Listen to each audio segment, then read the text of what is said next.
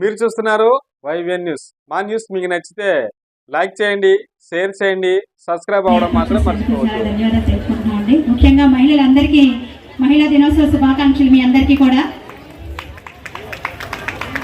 మాట్లాడమని చెప్తున్నారు.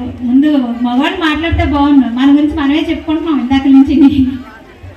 మగవాళ్ళు కూడా వాళ్ళ ఒపీనియన్ ఏంటో, మహిళల గురించి వాళ్ళేం మాట్లాడుకుంటారో వాళ్ళ ఒపీనియన్ ఏంటో. ఎందుకంటే మన డబ్బు మనమే కొట్టుకోవాలి ఎంతసేపుని. వాళ్ళు ఏమనుకుంటున్నారో, వాళ్ళ మనసులో ఏముందో మగవాళ్ళు చెప్తే బాగుండు. కాకపోతే ముందుగానే మాకు మా రమగారు మాట్లాడే అవకాశం మాకు ఇచ్చారు కాబట్టి ఫస్ట్ ప్రయారిటీ ఇప్పటికైనా సరే. అదే కదా అంటున్నారు. అయితే ఏం లేదు, సమయం కాస్త తక్కువ ఉంది కాబట్టి 2 ముక్కలు మాట్లాడేసి వెళ్ళిపోతాను. చాలామంది ఇప్పుడు అన్నారు మహిళల విజయం వెనకాల పురుషులు ఉన్నారు, మగవాళ్ళు ఉన్నారు అనేసి. నిజంగానే మగవాళ్ళు ఉన్నారు. కాకపోతే వాడు 3 రకాలుగా ఉంటారు. ఒకటి బాగా గుర్తుపెట్టుకోండి, ఇది మీ అందరిలో కూడా అనుభవం అయ్యి ఉంటుంది. ఒకటి వెన్నంటూ, అంటే డైరెక్ట్గా ప్రోత్సహిస్తూ, అమ్మ మీరు వెళ్ళండి, మేము ఉంటాం, మీకు ఎందుకు, మేము చేసుకుంటామని చెప్పేసేసి ఒక తండ్రి కావచ్చు, అన్నదమ్ముడు కావచ్చు, భర్త కావచ్చు, స్నేహితుడు కావచ్చు ప్రోత్సహించే వాళ్ళు ఒక రకమైతే, వెనక నుండి అంటే ఇండైరెక్ట్గా ప్రోత్సహించే వాళ్ళు, అంటే వాళ్ళకు వాళ్ళే తెలుసుకోవాలని చెప్పేసి ఇండైరెక్ట్గా వాళ్ళే నేర్చుకుంటారు అనేసి ప్రోత్సహించే వాళ్ళు ఒకరు. ఇంకొకరు డిస్కరేజ్ చేస్తూ ప్రోత్సహించే వాళ్ళు ఇంకొకరు ఉంటారు. నువ్వేం చేయలేవు, అబ్బాయి వాళ్ళేం చేస్తారని ఆడవాళ్ళు, అబ్బాయి సమస్య లేదు, వాళ్ళకి బస్సులు ఎక్కడం రాదు, ట్రైన్లు ఎక్కడం రాదు, కనీసం ఆటో ఎక్కడం రాదు, కనీసం ఏ పని చేత కాదు అన్నీ ఇంకా డిస్కరేజ్ చేయడం వల్ల మనం ఎందుకు చేయలేం, మనకు చేత కదా అని చెప్పి ఒక కసి అనేది ప్రతి మహిళలోనే ఏర్పడుతుంది. ఆ ఏర్పడడం వచ్చే ఒక ఏమంటుంది దాన్ని, ఒక జోషే పని చేయాలన్న తప్పనే మనం ఎందుకు చేయలేం. ఇంటి పని చేయొచ్చు, బయట పని చేయొచ్చు, పిల్లల్ని చూసుకోవచ్చు. ఇంతటి మన మనోధైర్యాన్ని అందించే మన హోమ్ మినిస్టర్ గారు, ఎందుకంటే ఆవిడే మనందరికి ఇన్స్పిరేషన్ అని అందరూ చెప్పారు. నాకు కూడా ఆవిడే ఇన్స్పిరేషన్.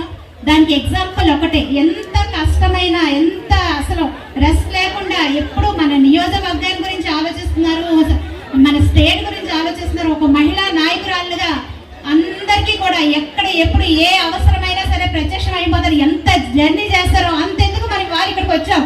ఇక్కడి నుంచి ఇంటికి వెళ్ళిపోతాడు, అమ్మ చాలా ఎండ వస్తుంది బాబాయ్, ఉండలేకపోతున్నాం బాబాయ్, అది ఇదని చెప్పేసి మాట్లాడు. ఎక్కడ విజయవాడ, ఎక్కడ నక్కపల్లి, ఎక్కడ పాకిరపల్లి, ఎక్కడ కోటవరపల్లి, ఎక్కడ హైదరాబాద్, ఎప్పుడు ఎక్కడ ఎలా ఉంటారో, ఏ మీటింగ్లో ఉంటారో అస్సలు రెస్ట్ లేకుండా పని చేయడం అంటే ఆవిడకి నిజంగానే చాలా ఇష్టం. అది గుర్తించారు చంద్రబాబు నాయుడు గారు. ఎలా అయితే పని, ఇంత వయసు వచ్చినా 70 సంవత్సరాలు వచ్చినా సరే ఇంత యాక్టివ్గా పని చేయగలుగుతున్నారో, యథారాజా తదా ప్రజ అన్నట్టు మన నాయకులు, మన అధిష్టాన నాయకులు ఎలా అయితే ఉన్నారో అలాగే కూడా అలాంటి వాళ్ళనే సెలెక్ట్ చేయడం మన కూటమి ప్రభుత్వంలో సాధ్యమైంది.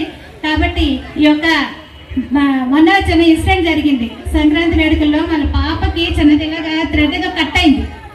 అదే మనం అయితే ఎవరో కాదు, నేనైతే అమ్మ నా కూతురు అయ్యో చెయ్యి కట్ అయిపోయింది అది ఇది అని చెప్పి ఆవిడ చేసేస్తాను. ఆవిడ అబ్బా అదేమి లేదమ్మా జుజుబి, నీకు అదే నథింగ్ అసలు అని చెప్పి ఆ విధంగా పెంచుతున్నారు. ప్రతి ఒక్క తల్లి కూడా మన పిల్లల్ని, అమ్మాయిల్ని ఇందాకలా మేడం చెప్పినట్టు అమ్మాయిని మాత్రమే జాగ్రత్త పెంచితే సరిపోదండి, అబ్బాయిని కూడా పెంచాలి. మహిళలకు ఎలాగైతే గౌరవం ఇవ్వాలో, ఎలా అయితే ఏ విధంగా వాళ్ళతో మాట్లాడాలో నేర్పించగలిగే శక్తి ఓన్లీ తల్లికి మాత్రమే ఉంది. అబ్బాయిలు ఎలా ఉండాలి, మహిళలతో ఏ విధంగా బిహేవ్ చేయాలని బయటికి వెళ్ళి అబ్బాయి అమ్మ నువ్వు తిరుగుతావు రా మగవాడు, ఏదో పాత రోజుల్లో వినేవాడు, ఆడది తిరిగి చెడింది, మగాడు తిరక్క చెడ్డాడు, ఇది కరెక్టా కాదా అనుకునేవారు. కానీ ఆ మాట ఇప్పుడు మార్చాలి మనం. ఇప్పుడున్న రోజుల్లో ఆడది అమ్మాయిని ఏ విధంగా జాగ్రత్తగా పెంచుతున్నారో అబ్బాయిని ఆ విధంగానే జాగ్రత్తగా పెంచాలి. ఎందుకంటే అబ్బాయిని జాగ్రత్తగా పెంచాలి, అమ్మాయిని ధైర్యంగా పెంచాలి. అవునా కదా? అబ్బాయిని జాగ్రత్తగా పెంచాలి, ఏ అలవాటుకి మత్తు పానీయాలకి వెళ్ళకుండా జాగ్రత్తగా ఉండాలిరా బాబు అని చెప్పేసి పెంచాలి. అమ్మాయిని నువ్వు ఎవరు వచ్చినా ఏం చేసుకునేది లేదు, నువ్వు గట్టిగా ఇచ్చే రౌండ్ అని చెప్పేసి అమ్మాయిని ధైర్యంగా పెంచాలి. అవునా కదా? ఈ విధంగా ఈ మహిళా దినోత్సవం రోజు ఇంకా మేడం గారి చాలా మాటలు వింటే మనమే మారిపోతాం. ముఖ్యంగా మహిళల్లో ఉమెన్ ఎంపవర్మెంట్ అంటే మనకు మనమే సంపాదించుకోగలిగిన తెలివితేటలు మనకున్న చాలా మంది మహిళలు ఇంకా ఇంటికి పరిమితం అవుతూ ఉన్నారు. చాలా మన ప్రభుత్వం నుంచి చాలా ఇవి రుణాలు ఇస్తున్నారు, డోక్రా రుణాలు ఇస్తున్నారు. ఆ డోక్రా